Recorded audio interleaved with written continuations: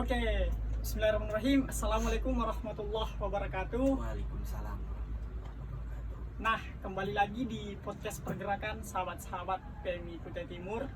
Dan alhamdulillah saya di sini selaku sekretaris umum bersama Ketua Umum PMI Kutai Timur akan sedikit berbincang-bincang santai. Ngobrol. Ya, ngobrol santai lah Tum ya. Santai. Ngobrol santai. Nah, mungkin ini beberapa hal terkait yang sedang hangat nih Tum, yaitu pemberlakuan jam malam Ya, oleh pemerintah.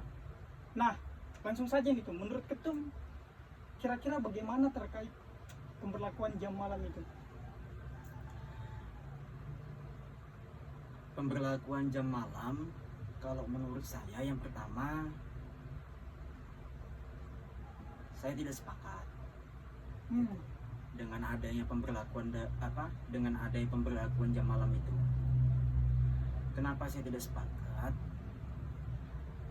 Karena tidak efektif kebijakan itu. Iya, iya, iya. Nah, kemudian juga dari pemberlakuan jam malam itu kan ada beberapa tuh dari surat edaran itu kan Iya, betul.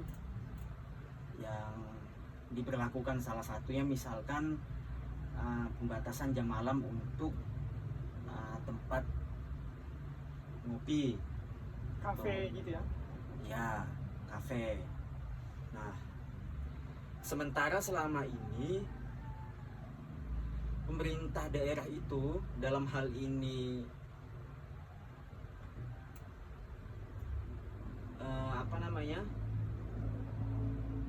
Bupati Kutai Timur atau PLT Bupati Kutai Timur dan jajarannya seperti itu belum pernah melakukan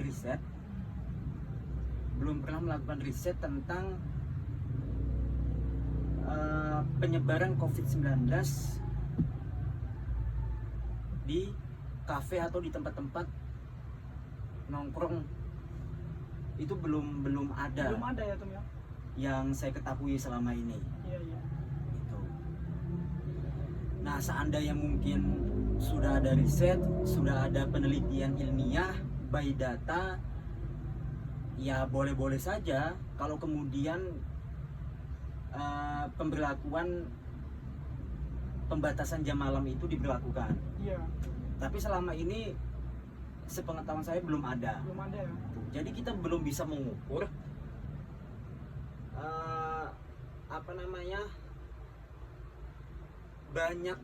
banyak atau tidaknya penyebaran COVID-19 itu di Kopi shop gitu ya.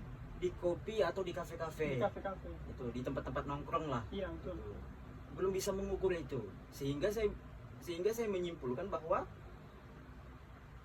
pembatasan jam malam itu tidak efektif. Kalau kalau tetap diterapkan seperti itu. Begitu ya.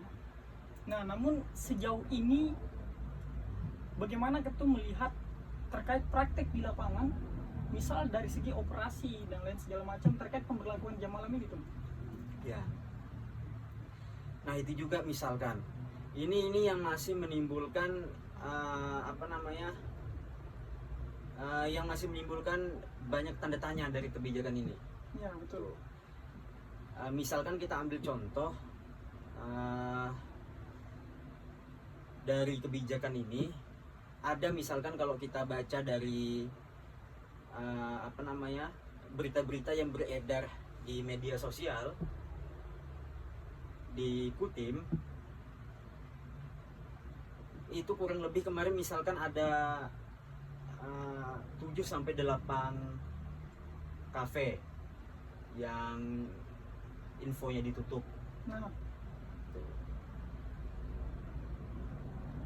Nah, setelah itu besoknya atau lusa itu sudah buka lagi. Nah, ya ini agak lucu ya. Itu sudah buka lagi. Nah, dalam konteks ini saya kurang paham juga kenapa misalkan Iya. sampai secepat itu bukanya. Betul. Gitu. Ini kan masih menimbulkan tanda tanya nih. Iya. Dan terlihat ada tidak konsisten dari pemerintah itu sendiri. Iya, itu. Nah, ini juga yang apa namanya? Yang saya bilang di awal tadi, bahwa kebijakan ini tidak efektif. Tidak efektif. Itu. Nah, justru banyak menimbulkan dampak negatif, khususnya yang berkaitan dengan apa namanya? Dengan pembatasan jam malam itu. Nah, oke tuh, mungkin langsung masuk ke situ tadi terkait bagaimana dampak yang ditimbulkan oleh kebijakan ini, khususnya misalnya bagi para kaum milenial nih yang suka nongkrong dan juga kopi shop atau mungkin di kalangan masyarakat tuh. Ya pasti merasakan dampaknya ya, pasti besar dampaknya itu. Apalagi misalkan selama COVID-19 di Kutim ini kan, itu kan tidak sedikit juga misalkan apa namanya, orang-orang yang menjadi pengangguran dari Nah, betul. COVID-19 ini itu. Karena misalkan banyak juga yang diberhentikan kerja, Yang di-PHK. kemudian ya itu tadi yang di PHK. Selain itu pengurangan karyawan, baik itu di perusahaan maupun di tempat-tempat kerja yang lain, itu banyak juga. Nah, dari yang di PHK misalkan, kemudian secara otomatis kan menjadi pengangguran. Iya. Nah, itu tidak sedikit juga yang beralih profesi untuk membuka kopi shop, Ya. kemudian tempat-tempat apa namanya yang di pinggir jalan itu. Ini usaha-usaha minuman-minuman gitu. Usaha-usaha minuman begitu. Iya, betul. Kan sangat banyak di Sangatta ini Iya, yang apa namanya, yang penjual minuman begitu. Itu. Apalagi kan penjual minuman seperti itu bukan hanya bukanya siang, tapi sampai malam juga kan. Ya, betul. Seperti apa kopi shop yang lain itu. Nah, terutama mereka itu kalau menurut saya yang apa namanya, yang merasakan dampaknya. Itu, yang merasakan dampaknya. Nah, ini apa namanya, ini bertolak belakang dengan visi pemerintah sebenarnya. Kalau misalkan pemerintah punya visi bagaimana supaya apa namanya, memulihkan perekonomian, Nah, khususnya betul. di Kutim, Iya. ya kan. Nah, sedangkan misalkan warung-warung kopi yang menengah ke bawah itu ditutup dengan adanya pemberlakuan jam malam itu, Nah, betul. dibatasi. Nah, ini kan apa namanya, bukan malah memulihkan perekonomian, Betul. tapi malah membuat dampak baru lagi yang dirasakan apa namanya, masyarakat, Iya. khususnya yang Para pelaku usaha gitu ya. para pelaku usaha kopi shop itu tadi. Iya, betul. Apalagi kopi shop yang menengah ke bawah Menengah kan ke gitu, bawah, yang sasarannya cuman masyarakat rakyat biasa. baru juga misalkan di Sangatta ini kan, apalagi anak-anak milenial, anak-anak muda yang seusia kita ini, itu kan jarang nongkrong di warung-warung kopi itu jam-jam 7 misalkan, Iya, betul. atau jam-jam 8, walaupun ada Iya, ya mungkin masih kurang banyak. Iya, apalagi saat sedang berdiskusi. Nah, yang banyak itu ya jam 9 ke atas. Jam 9 ke atas. Bahkan ada yang apa, baru mau datang ke tempat nongkrong itu jam 10. Iya. Itu. Jadi kalau misalkan ditutup sebelum jam 10, nah itu apa namanya, baru mendapatkan penghasilan sedikit sudah ditutup. Terus Bahkan mungkin iya. apa namanya, lebih banyak biaya yang dikeluarkan untuk buka usaha itu daripada mengembalikan modalnya lagi. Jadi kurang relevan tuh ya. Iya, kalau itu menurut saya sih secara pribadi. Itu selama ini yang saya perhatikan, saya juga banyak teman-teman saya yang apa namanya, yang kerja di kopi shop di Iya. tempat-tempat Betul. di tempat-tempat ngopi. Iya, iya. Bahkan juga ada beberapa info dari pelaku-pelaku usaha, khususnya penjual-penjual penjual-penjual kopi, itu juga mengatakan hal yang sama, Iya, betul. gitu. Bahwa memang sangat drastis penurunan penghasilannya Setelah adanya pemberlakuan setelah adanya pemberlakuan jam malam ini. Iya, betul, betul, betul. Gitu. Sedangkan budaya ngopi masyarakat Kutim ini itu tidak di jam-jam yang seperti ketum bahasakan tadi, di jam 7. Budaya nongkrong dan budaya ngopinya itu memang di jam-jam 10 seperti itu. Iya. Mungkin ada juga jam segitu ya. Mungkin Iya, ada juga, tapi kan orang itu kan kalau nongkrong itu pasti lama. Iya. Di atas jam 10 semua. Iya. Belum lagi kalau misalkan kita sambil diskusi di tempat-tempat Nah. nongkrong. Gitu. Apalagi misalkan teman-teman yang yang sambil ngerjain tugas, baik itu tugas sekolah, tugas kuliah, dan tugas apapun itu Iya, iya. kan kadang-kadang lewat jam 10 semua. Betul. Gitu. Belum habis misalkan kopi satu cangkir sudah ditutup, gitu. Belum selesai misalkan tugas kita sudah ditutup. Nah, jadi banyak banyak dampak yang kurang tepat lah kebijakan ini kalau tetap diterapkan seperti itu. Diberlakukannya. Oke, Tum. Nah, mungkin terkait hal ini, mungkin tadi juga sudah dijawab oleh Ketum. Perlukah adanya peraturan ini atau tetap diberjalankan, atau mungkin bagaimana sikap pemerintah terkait aturan ini? Apalagi tadi Ketum sudah menjelaskan bahwasanya berangkat dari perekonomian, Iya. kemudian berangkat dari keresahan para owner kopi shop itu tadi. Ya. Terus berangkat dari misalnya melihat penyebaran COVID itu bahkan belum ada yang terjadi di kopi-kopi shop. Ya. Seperti itu.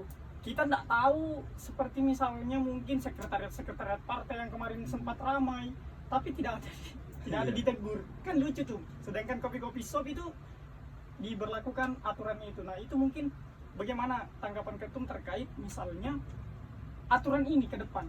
Kalau menurut saya lebih baik dihapuskan ya. Kan juga peraturan ini belum menjadi belum menjadi pergub atau peraturan Daerah ya. Oh iya, betul. belum menjadi peraturan daerah juga, baru surat edaran aja kemarin, dan menurut saya lebih baik dihentikan daripada diteruskan.